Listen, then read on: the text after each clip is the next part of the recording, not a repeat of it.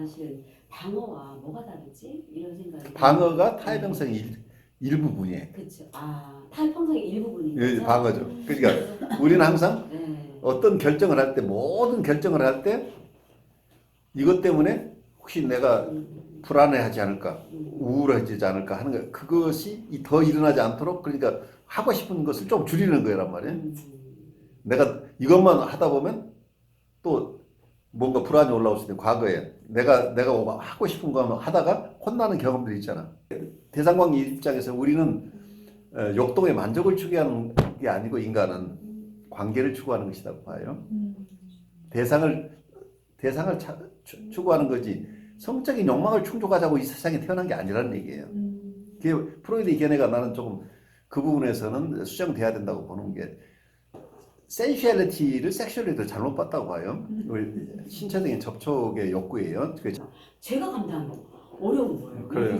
너무 막 홍수같이 밀려오니까 제가 담아놓지 못하겠는 거예요 지금. 그래요. 그래서 그래, 참 어려운. 교수님 오시기만 바랬어요 제가.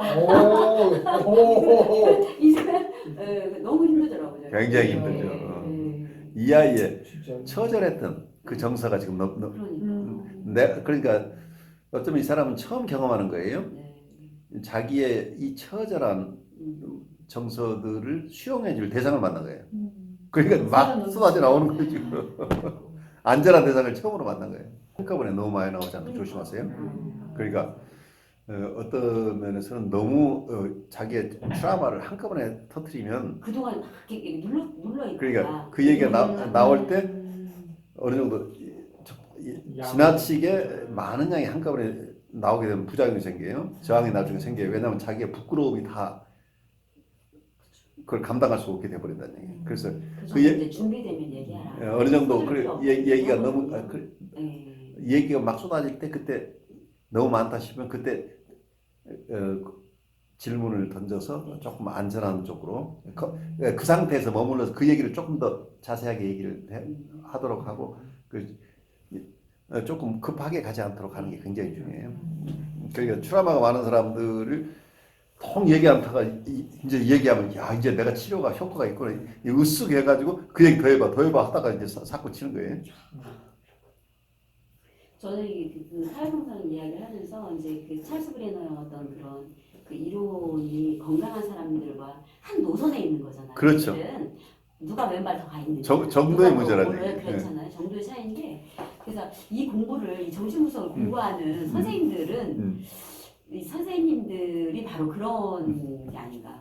뭐 기능은 하지만 뭔가 정말 자율적이고 만족한 삶은 조금 부족한 그런 사람들이 아닌가. 저도 실은 저기고요. 그래서 저도 공부하면서 되게 다시 정말 이렇게 자율적인 삶을 살기 시작하게 되고, 어쨌든 질린 것 같네요, 교수님. 이렇게 얼마 전에 물음표를 시작했다가 느낌표를 바로 뿌리네요. 좋아요. 굉장히 어려운 케이스를 지금 잘 돌봐주고 계시는 거예요.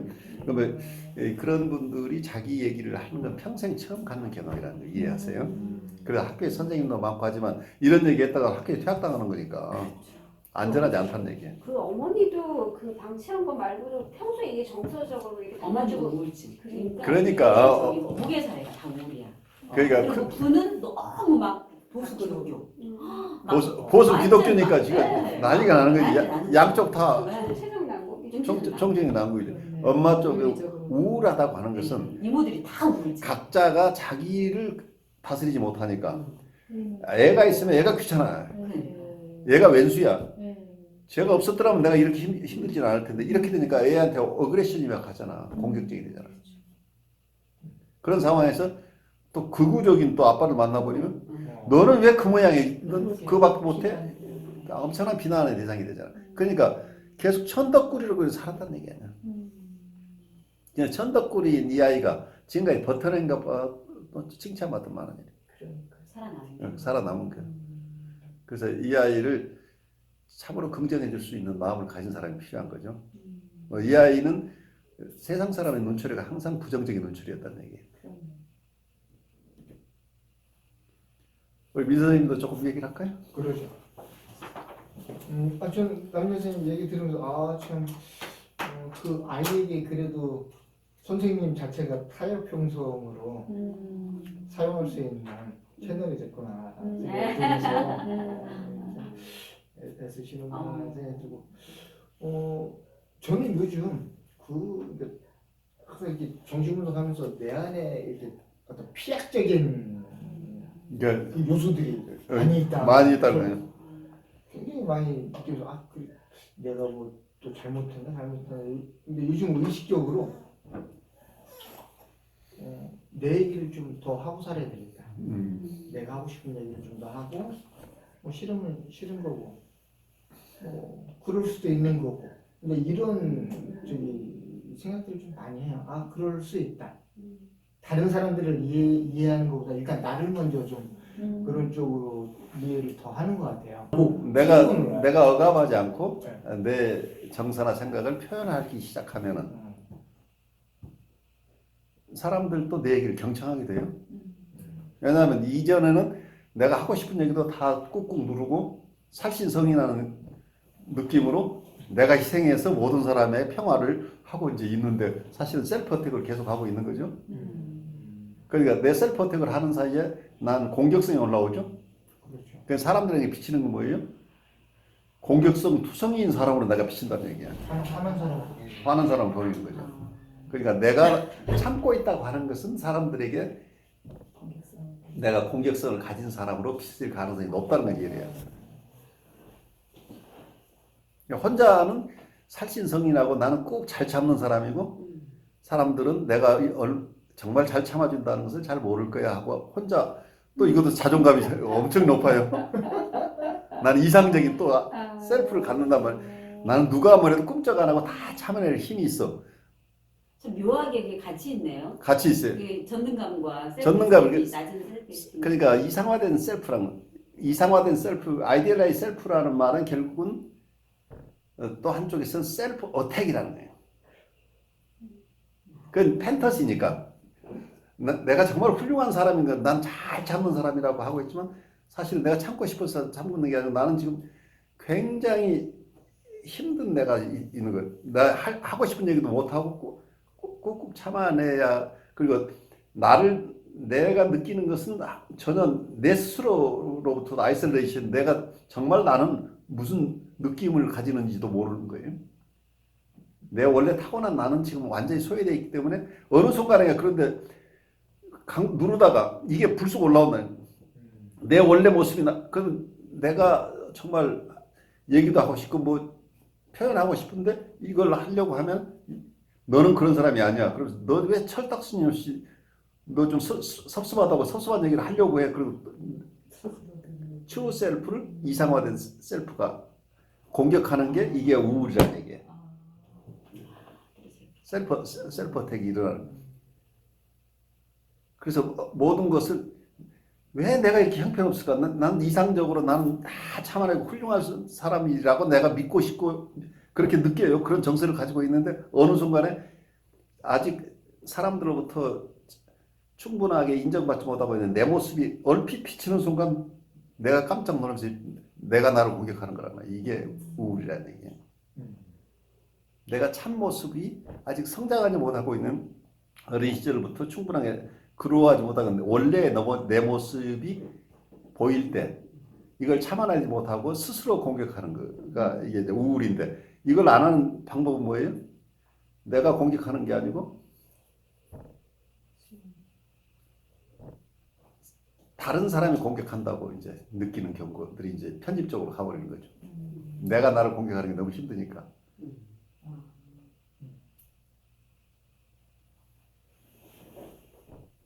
그래서 어떤 면에서는 그냥 인트로사이킥하고 인터퍼스널이라는 거, 그러니까 대상관계와 대인관계가 서로 다른 것 같지만 사실은 같다고 이해를 하셔야 돼요.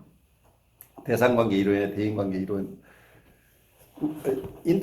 아니면 이고사이클에서 얘기하는 인트로사이킥, 심리 내적 구조 변화가 일어나면 결국 대인관계나 대상관계가 다 변하는 거죠. 그러니까 이게 어느 프리즘으로 보느냐의 차이예요.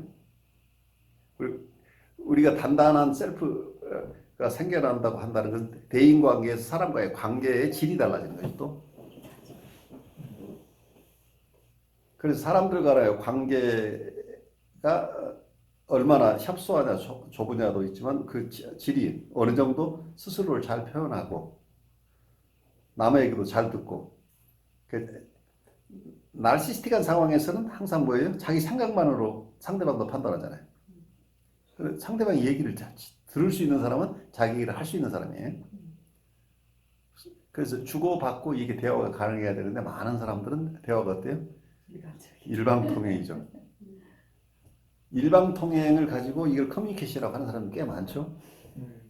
그런데 아마 난 잘 모르지만 유아원 선생님들은 잘 알 것 같은데 아이들이 여럿이 모여 놀면 아이들이 서로 얘기를 주고받나요? 각자 자기 얘기를 하나요? 각자 자기 얘기하죠.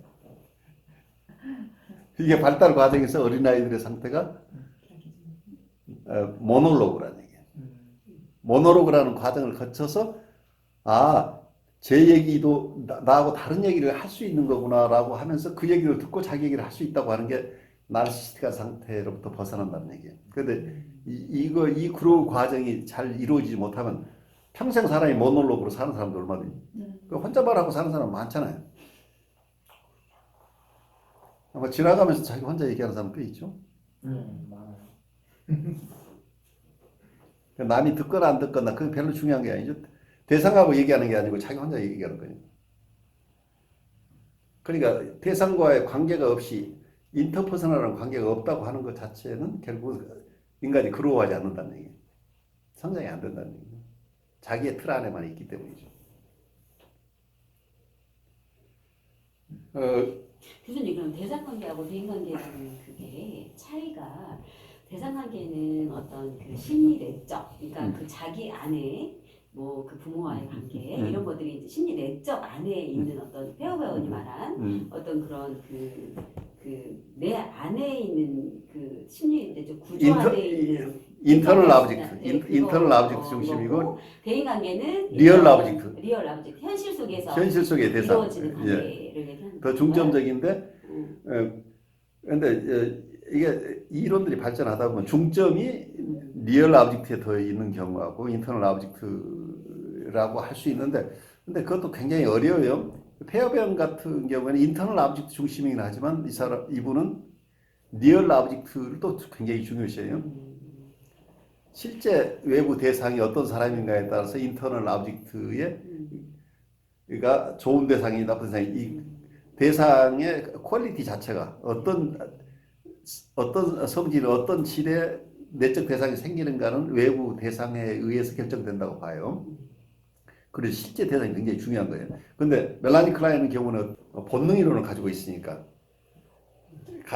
그러니까 순수한 대상관계 이론을 페어베어는 실제 외부 대상으로부터 인터널 오브젝트 중심이긴 하지만 리얼 오브젝트의 영향을 굉장히 중요시하기도 해요. 근데 이론상 인터널 오브젝트 중심이에요. 그 인터널 오브젝트 중심이니까 자기 심리 내에서 일어나는 것을 중요시하는데 멜라니 클라인은 대상관계 이론가이지만 주관적인 어떤 걸 굉장히 강조하죠. 역동 이론, 그 드라이브 티어리를 그대로 가지고 있으니까 이분은 어떤 절충적인 입장이에요. 멜라니 클라인은 그 프로이드의 눈에 벗어나지 않으면서 자기의 대상관계 이론을 만들다 보면 폴리티컬한 부분도 많이 섞여 있죠. 이론적으로 중요한 부분이기도 하지만 이분은 데스 인스팅트를 중요하게 생각했으니까. 그래서 데스 인스팅트를 가졌다는 얘기는 우리 대상이 실제 대상이 어떤 좋은 사람이냐, 좋은 엄마냐, 나쁜 엄마냐, 뭘로 결정되냐면 실제 좋은 사람이냐, 나쁜 사람이냐가 아니라 자기 안에 내적 대상이 먼저 있다는 얘기예요. 그래서 타고난 자기의 내적 대상에 대한 이미지가 있는 거예요. 그리고 이걸 먼저 투사를 한다는 거예요. 그래서 자기의 어그레션이나 공격성을 먼저 투사한다는 거예요. 자기의 데스인스트, 자기의 죽음 본능을 자기가 끌어안고 있는 게 너무 힘드니까 결국 외부에 투사를 하게 되면 처음 만나는 엄마가 나쁜 엄마로 일단 채색돼서 들어온다는 얘기죠. 그러니까 데스 인스팅트 이론 속에서 배드 오브젝트가 자기 안에 있으니까 이걸 견뎌내지 못하니까 외부로 투사를 하는데 그 투사된 대상이 결국 이걸 못 견디면 어떻게 돼요? 나쁜 대상으로 행동하게 되잖아.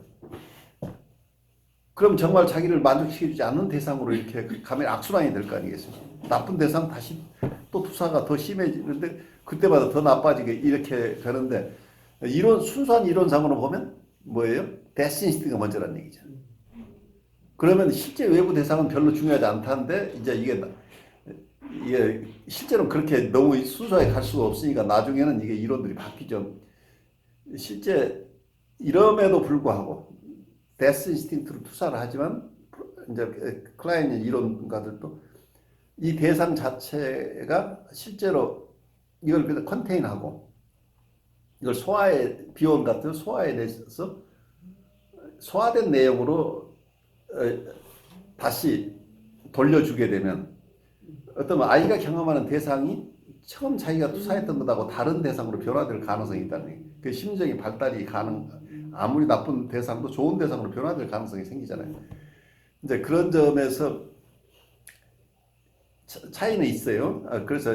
그렇지만 리얼리티의 대상도 중요하다는 것을 프로이트도 알고 멜라니 클린도 알았는데 이론 구성 방법이 너무 역동 중심 이론으로 하다 보니까 포커스가 너무 자기 심리 내적인 것, 타고난 공격성 여기에 포커스가 맞춰진 거죠.